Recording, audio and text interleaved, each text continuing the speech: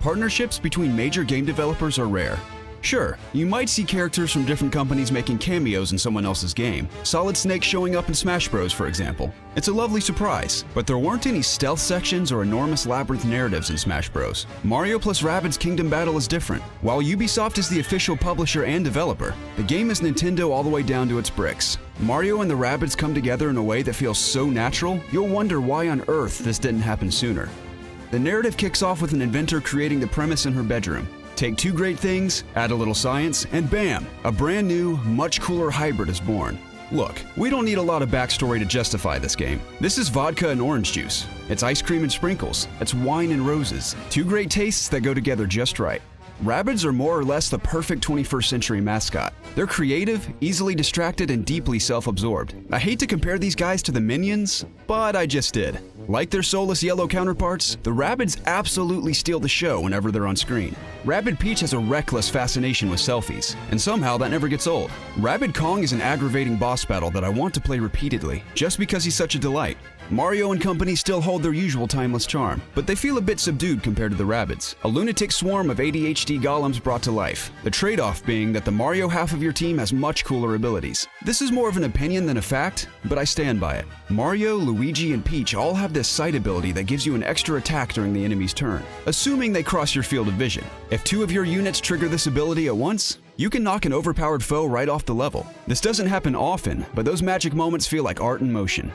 There's a ton of charm crammed into every second of this game. The world maps are a sloppy explosion of pipes and platforms. Like the art director survived a head-on collision with their sketchbooks in their laps. The Nintendo polish is strong here as well. Every texture is so beautiful as to be tactile. I wanted to reach out and run my fingers over some of these stages. There are only 4 worlds to visit throughout the campaign, but the developers compensated by making each one unique. I can't say enough about these world maps. Not only do they look gorgeous, but they naturally integrate the battle and exploration sections. They also feel reminiscent of the Mario world maps from my childhood. I don't mean that this is what they looked like, rather this is how I imagined they should look. These are set pieces, perfect constructs that take that old bit-based design bible and blow it up into breathtaking tones and perfect textures. The legendary Nintendo polish blends with that signature Rabbids insanity to make a new world, one wholly suffused with childlike energy and wonder.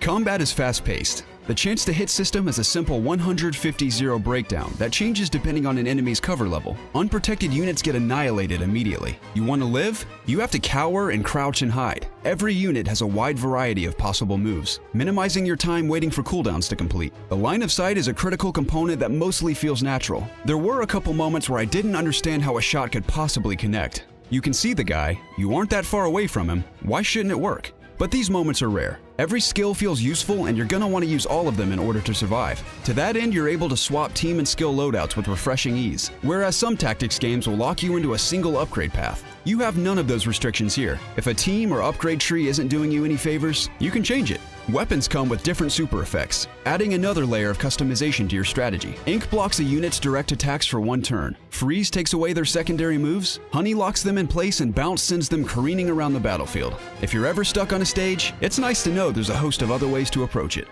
Okay, so maybe I've been irreparably spoiled by the Disgaea series, but I want the ability to cancel a move action after it's been made. I recognize that certain elements of this unit behavior preclude this possibility. Moving means dashing and jumping after all, and these actions can change the layout of the enemy and yourself. It would just be so nice to be able to set up attacks with a bit more precision. At first, this mechanic made no sense to me, but I've come to realize just how treacherous the act of movement can be. That badass sight ability I buttered up earlier is one your enemies can also use. This adds a whole new layer of tension to fights, where you can be slow motion sniped just running between pieces of cover. On that note, let's really take a moment to appreciate how tense these battles get in spite of the whimsical setting. As if it wasn't scary enough cowering behind a stack of bricks, some objects can be destroyed by errant cannon blasts. If there's 5 enemies attacking this turn and the second one blows up your hiding spot, you're goosed. The last 3 will take turns pounding you into the dirt until you pass out. Other blocks will be stuffed with super effects that activate once they're destroyed. By the time you get to World 2, finding cover that won't kill you is a little harder. With every successive stage, the potential dangers grow, and new ones are always being added to the pile. The further along you go, the more skilled the enemies get. Suddenly, they're healing each other, blinding you, using the dash attack, and blowing up your cover. There's never more than a moment to catch your breath, but it doesn't ever feel unfairly hard.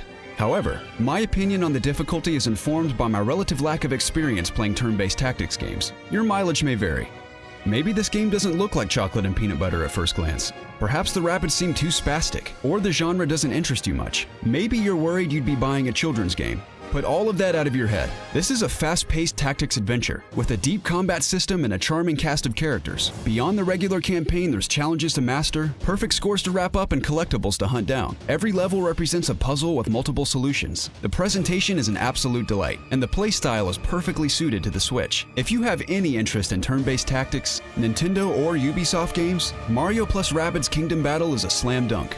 If you've had a chance to get your hands on the game, let us know your thoughts in the comments below. Subscribe to COGconnected for all things gaming, and for news, reviews, features, and more, check us out online at COGconnected.com.